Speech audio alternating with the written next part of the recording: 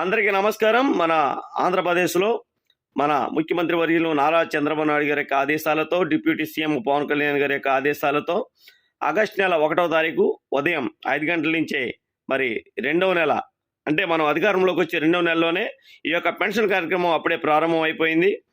మరి ఈ ఒక్క రోజులోనే 99% పెన్షన్ల యొక్క పూర్తి చేయాలని కూడా పైనుంచి ఆదేశాలు ఉండడంతో అధికారులు ఉదయం 5 గంటలకి వచ్చేశారు.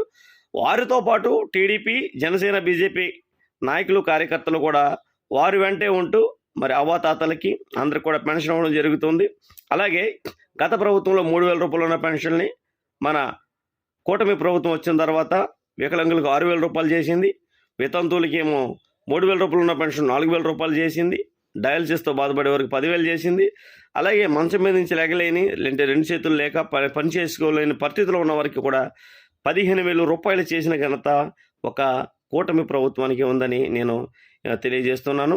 ఉదయం పూట 5 గంటల నుంచే ఆగస్టు నెల 1వ తారీఖు నాడు ఉదయం 5 గంటల నుంచి యొక్క పెన్షన్ కార్యక్రమం ప్రారంభమైంది. మన చింతలపూడి శాసనసభ్యులు సొంగ రోషన్ కుమార్ గారి యొక్క ఆదేశాలతో, అలాగే మన ఏలూరు పార్లమెంటు ఎంపీ గారైనటువంటి పుట్ట మహేష్ యాదవ్ గారి యొక్క ఆదేశాలతో ఈ చింతలపూడి నియోజకవర్గంలో యొక్క పెన్షన్ కార్యక్రమం ఉదయం నుంచి పంపిణీ చేయడం జరుగుతుంది. అధికారులతో కలిసి టీడీపీ, జనసేన, బీజేపీ నాయకులు అందరూ కూడా ఉదయం పూట 5 గంటలకే ఈ యొక్క కార్యక్రమంలో పాల్గొని అవ్వాతాతలతో వారి యొక్క సంతోషాన్ని పంచుకుంటూ ఈ యొక్క పెన్షన్ కార్యక్రమంలో పాల్గొని విజయవంతం చేస్తున్నారు.